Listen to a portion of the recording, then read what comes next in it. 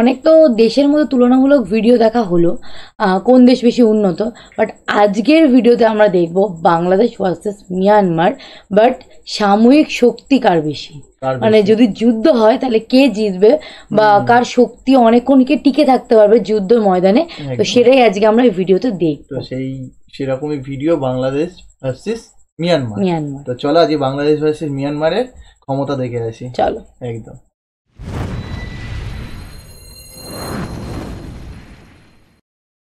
এই পেশা শুধু বেটার লাইফের জন্য না, we fought for our motherland, we fought for freedom.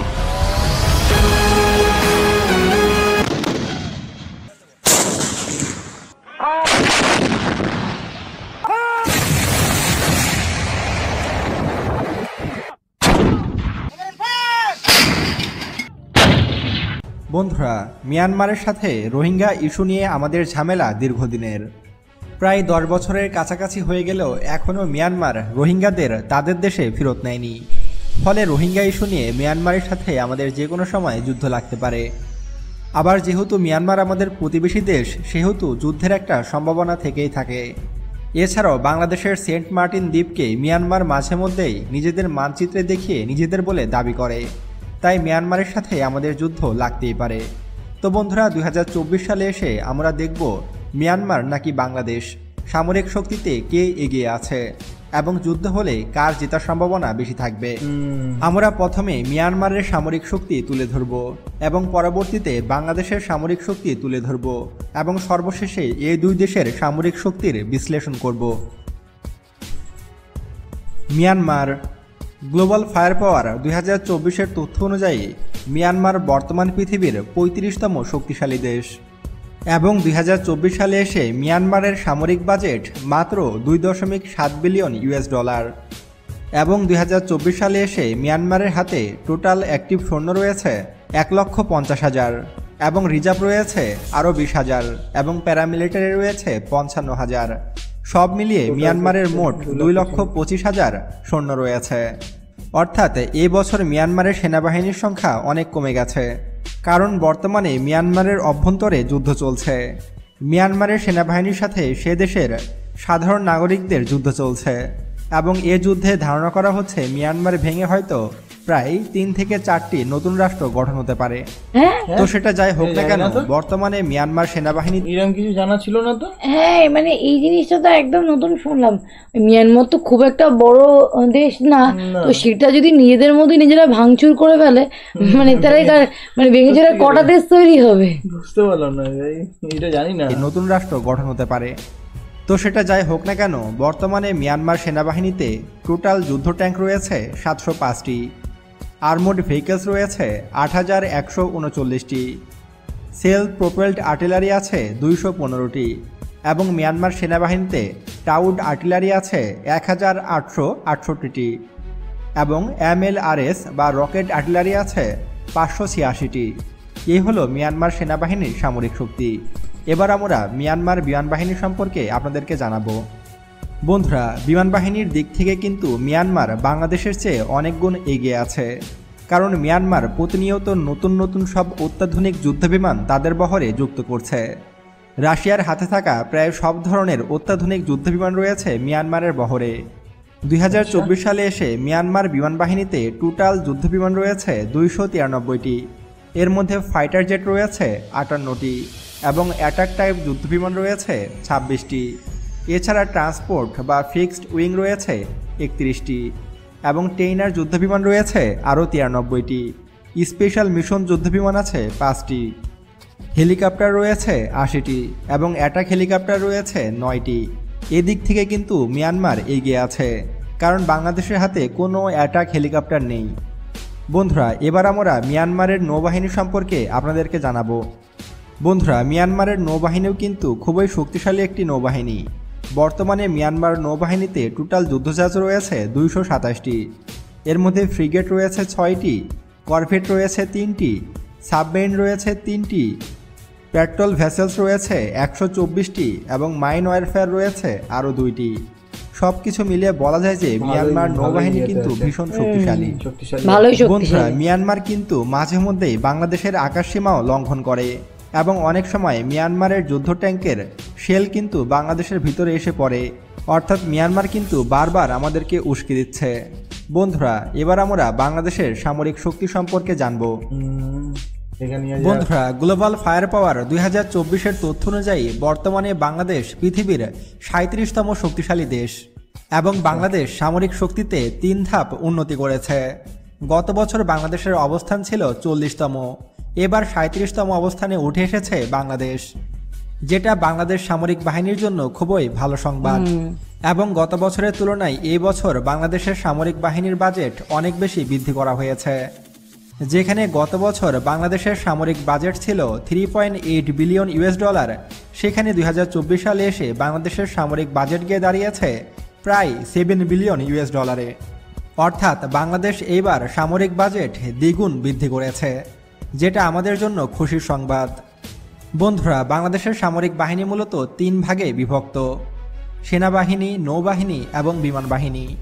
আমরা প্রথমে বাংলাদেশ সেনাবাহিনী সম্পর্কে আলোচনা করব, তারপর ধাপে ধাপে বাংলাদেশ নৌবাহিনী এবং বাংলাদেশ বিমান বাহিনী সম্পর্কে আপনাদেরকে জানাবো। গ্লোবাল ফায়ার পাওয়ার 2024-এর তথ্য অনুযায়ী বর্তমানে বাংলাদেশ সেনাবাহিনীতে টোটাল 1,60,000 অ্যাক্টিভ সৈন্য রয়েছে এবং বাংলাদেশ সেনাবাহিনীর হাতে যুদ্ধ ট্যাঙ্ক রয়েছে 620টি, আর্মড ভেহিকলস রয়েছে 13,100টি, সেলফ প্রোপেলড আর্টিলারি রয়েছে 61টি, টাউড আর্টিলারি রয়েছে 437টি এবং MLRS বা রকেট লঞ্চার রয়েছে 71টি। এসব ছাড়াও বাংলাদেশ সেনাবাহিনীতে সম্প্রতি যুক্ত হয়েছে তুরস্কের তৈরি বাইরাক্তার TB2 অ্যাটাক ড্রোন, আর এটি বর্তমান বিশ্বের অন্যতম শক্তিশালী একটি অ্যাটাক ড্রোন। বাংলাদেশ সেনাবাহিনীতে এই অ্যাটাক ড্রোন যুক্ত হওয়াতে বাংলাদেশ সেনাবাহিনী এখন আগের চেয়ে অনেক বেশি শক্তিশালী হয়ে গেছে। এই অ্যাটাক ড্রোনের সাহায্যে বাংলাদেশ সেনাবাহিনী শত্রুপক্ষের যুদ্ধ ট্যাঙ্ক থেকে শুরু করে সাজোয়া যান সবকিছু অনায়াসেই ধ্বংস করতে পারবে। এছাড়াও গত বছর বাংলাদেশ সেনাবাহিনীতে তুরস্কের তৈরি টাইগার মিসাইল যুক্ত হয়েছে, যেটা বাংলাদেশ সেনাবাহিনীর ফায়ার পাওয়ার অনেক গুণ বৃদ্ধি করবে। এছাড়াও চীনের তৈরি লাইট অ্যাটাক যুদ্ধ ট্যাঙ্কও যুক্ত হয়েছে বাংলাদেশের বহরে। মোট 44টির মতো এই ধরনের লাইট অ্যাটাক যুদ্ধ ট্যাঙ্ক যুক্ত হয়েছে বাংলাদেশ সেনাবাহিনীর বহরে। তাই সবকিছু মিলিয়ে বলা যায় যে বাংলাদেশ সেনাবাহিনী এখন বিশ্বের অন্যতম শক্তিশালী একটি সেনাবাহিনী।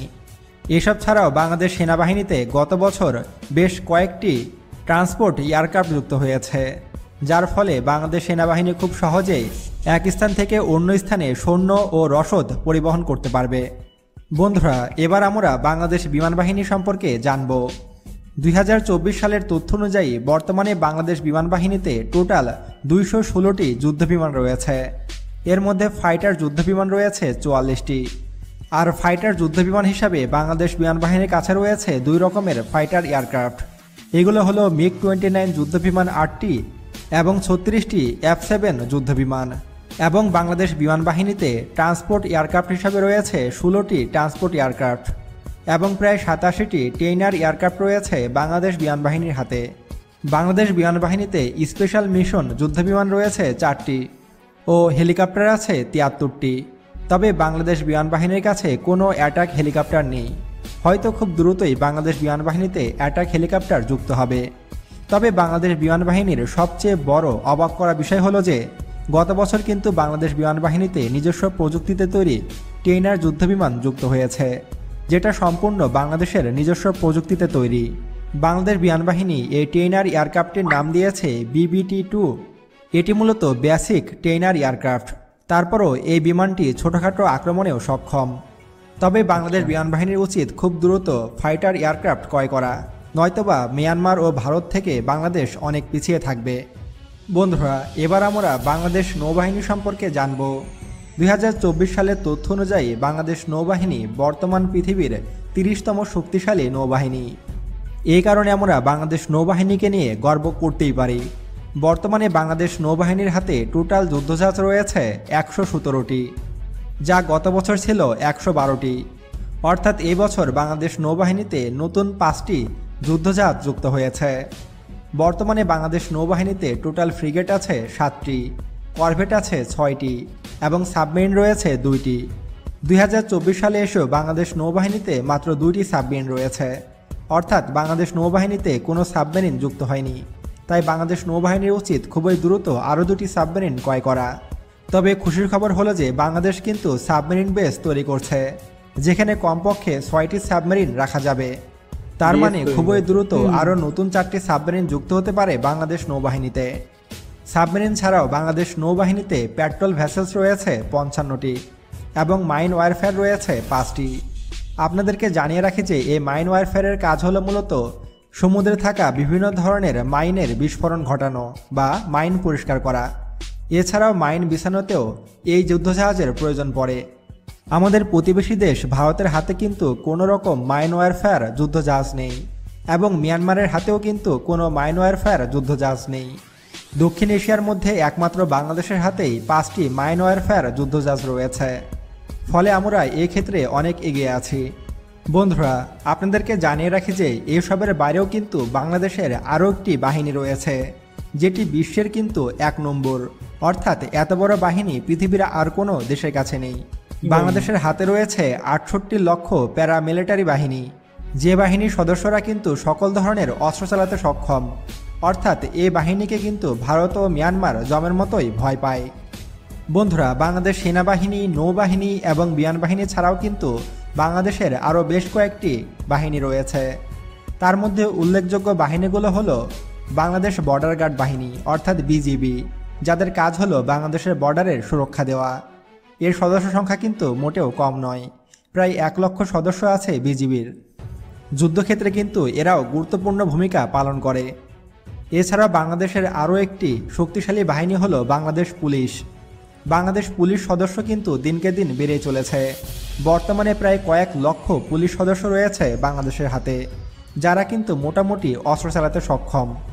এছাড়াও বাংলাদেশের হাতে রয়েছে সোয়াট স্পেশাল ফোর্স, র্যাব অর্থাৎ র্যাপিড অ্যাকশন ব্যাটালিয়ান, এসএসএফ বাহিনী। এসব ছাড়াও আরও বেশ কয়েকটি বাহিনী রয়েছে বাংলাদেশের, যারা যুদ্ধক্ষেত্রে কিন্তু অংশগ্রহণ করতে সক্ষম। এসব ছাড়াও বাংলাদেশের কিন্তু 6,55,00,000 মানুষ যুদ্ধ করতে সক্ষম অর্থাৎ যুবক রয়েছে, যারা কিন্তু দেশ রক্ষায় ঝাঁপিয়ে পড়বে। মাতৃভূমিকে রক্ষায় যারা যে কোনো কিছু করতে পারে। তাই সব কিছু মিলিয়ে বলা যায় যে বাংলাদেশ পৃথিবীর মধ্যে অন্যতম শক্তিশালী একটি দেশ। বন্ধুরা, সর্বশেষে আমি একটি কথাই বলতে চাই যে আমরা কখনোই বাংলাদেশ এবং মিয়ানমারের যুদ্ধ দেখতে চাই না। আর যদি কখনো মিয়ানমার ভুলেও আমাদের উপরে আঘাত করে বসে, তাহলে তার উচিত জবাব দেবে বাংলাদেশ, কারণ বাংলাদেশের সে ক্ষমতা রয়েছে এবং মিয়ানমারের চেয়েও আমাদের অর্থনীতি কিন্তু বিশাল। ফলে আমরা অল্প সময়ে অনেক বেশি অস্ত্রশস্ত্র ক্রয় করতে পারবো এবং বাংলাদেশের জনসংখ্যাও কিন্তু মিয়ানমারের তুলনায় অনেক বেশি। ফলে এই 16 কোটি মানুষ বসে বসে কিন্তু আঙুল চুষবে না, সবাই মিয়ানমারকে একদম ধ্বংস করে দেবে। তবে বাংলাদেশ বিমান বাহিনীর উচিত খুবই দ্রুত অত্যাধুনিক ফাইটার জেট ক্রয় করা। বন্ধুরা, সম্প্রতি সময়ে ইরান এবং পাকিস্তানের মধ্যে যুদ্ধ লাগা অবস্থা তৈরি হয়েছে। ইরান নাকি পাকিস্তান, কে বেশি শক্তিশালী সে সম্পর্কে জানতে আমাদের এই ভিডিওটিতে ক্লিক করুন।